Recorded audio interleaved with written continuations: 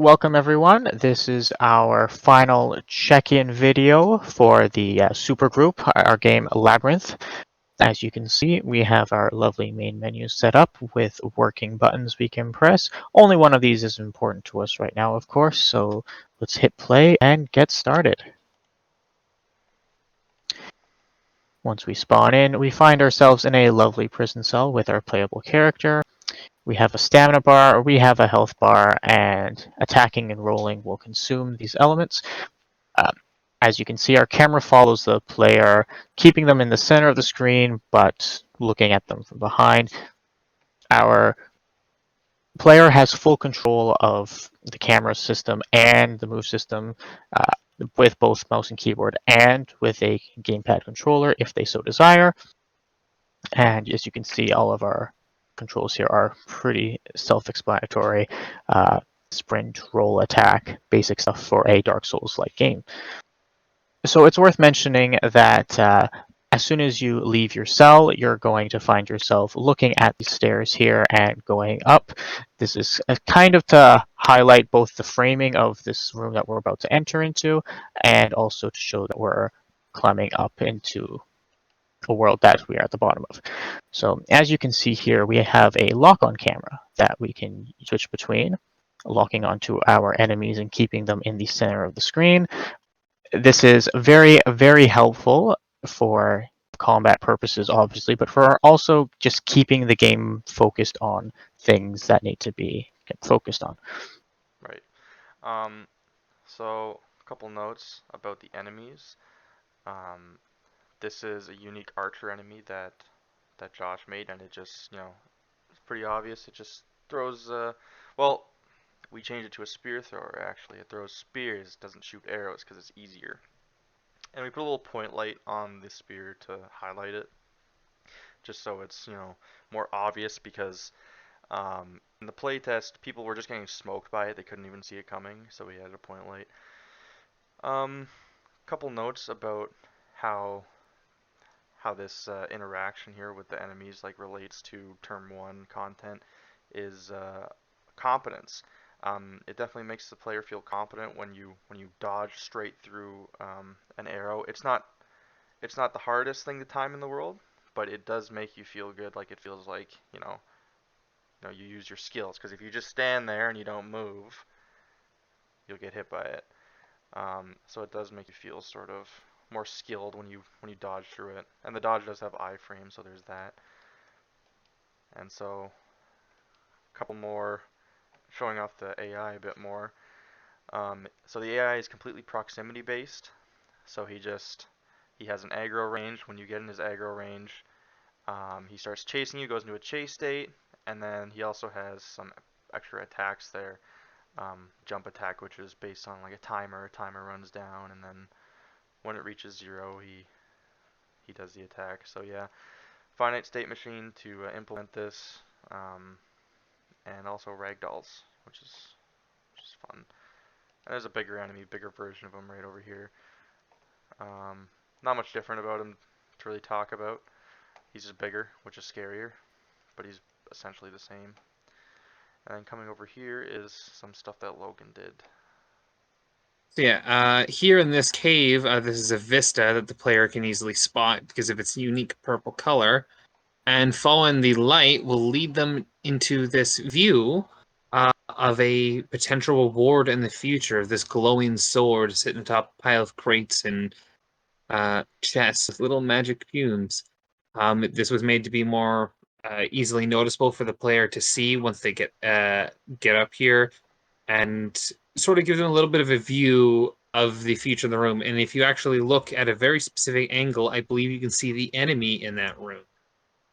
Oh, Yeah. right on. So Um, yeah, Another thing of note is we mentioned some of the framing before with this specific door, the beginning door, and how it sort of guides the player to look in specific directions, to look at the purple light. yeah, Well, on the right in this room, the other door, there is the key room, this little tiny entrance, which is sort of hidden from view, only to be seen from certain angles. and from those angles to be easier seeing because of the glowing light behind them. Sort of makes a player to sort of come back here later when they start to investigate, or more likely find this while they're looking for it. Right. Yeah, that would Yeah. be. You can see like all the lighting is sort of focused on this side of the room. Like we had a light here, but we removed it to like draw the attention even further over here. Because we want you to go here first, because there's a locked door over here. But for the sake of time, again, we'll just go through here. Another thing to quickly bring up is a lot of this dust in the air or dirt on the ground, broken gates, lamps, doors that are destroyed over time. This all puts forward this idea of this old fortress dungeon castle in disarray over time, just sort of left here.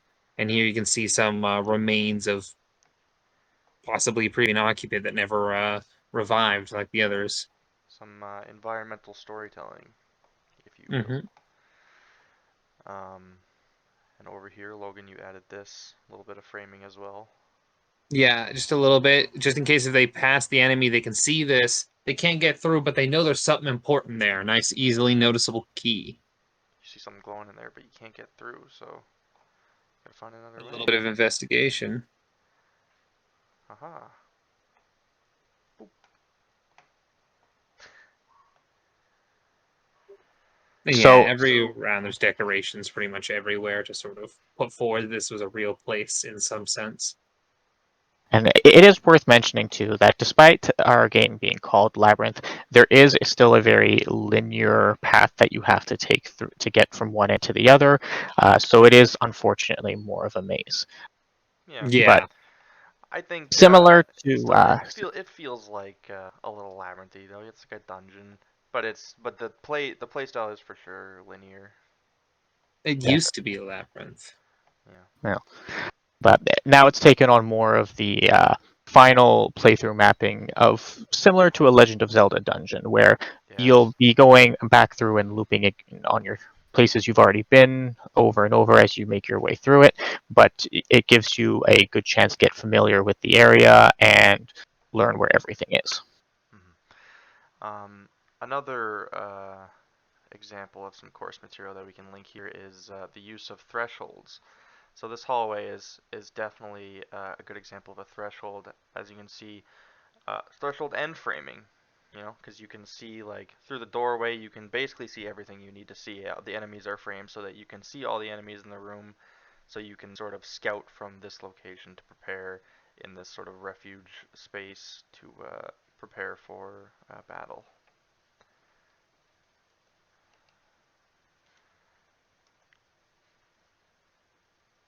Another thing to note about in this room, at the archer above, you'll notice that it was sort of illuminated by this red light.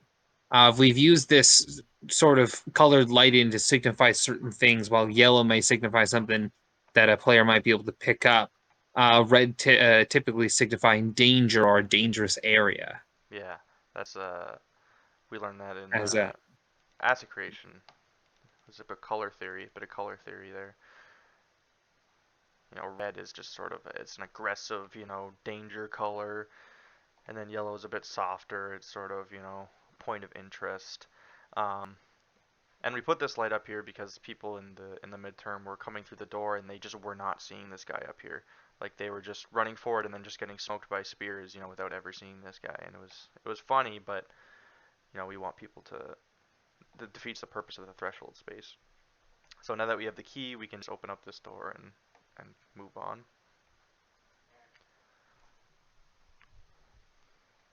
Um, As soon as you get into this room, you find yourself facing down an enemy at the end of the bridge right away. This room is a good example of a dangerous space, of a narrow space. You don't have room to get your bearings. You just have to kind of rush in and deal with things as they come in. But once you've managed to clear that enemy out of the way, the room very quickly becomes the exact opposite. It becomes a wide open space that you have time to look around and get your bearings in. You also get to see the chest and sword that you may have spotted earlier from the vista, though if you didn't notice it earlier, that's fine because it's still glowing and very easy to notice in here. mm-hmm. mm-hmm. And then there's another good use of using shade to obscure enemies to make them feel, more dangerous. It's harder to see them and they might take you by surprise as well.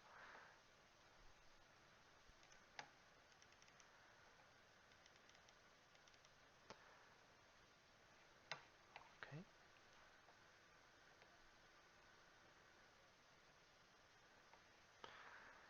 And Alright. there's not a ton much else to say except for Logan. You can see he made his Yeah. own build. This room here, it was meant to be dangerous. A large amount of enemies where you definitely weren't at an advantage. Which is why I sort of put this large red crystal here on top of the room. But yeah, and here it's filled with various enemies. More aggressive red lights. The danger of light.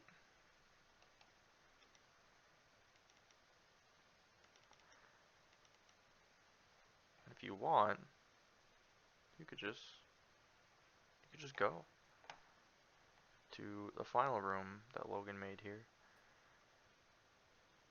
which is the throne room. Pretty imposing.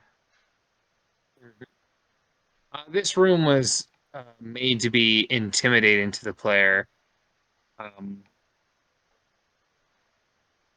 As sort of why it has this large open space with two large um, pits right on the left and right. It's worth mentioning that this room was originally intended to be our boss room, which unfortunately Yeah. we never did quite get the boss sorted out and ready to go. But I don't think it takes much to imagine how much of a good, large open boss fight this could have been. Yeah, it still has a sense of Mhm. finality to it with its structure and it's very imposing. Um, and this is the end, essentially. Pretty Not essentially, much. it is. So one more thing to show off: the death animation. Very Dark You Souls. died, and that's pretty much the whole game. Yeah. Yeah. Any other final thoughts before we depart Um. on this? I don't think so. No, I think that's everything. Alrighty. Thanks for watching.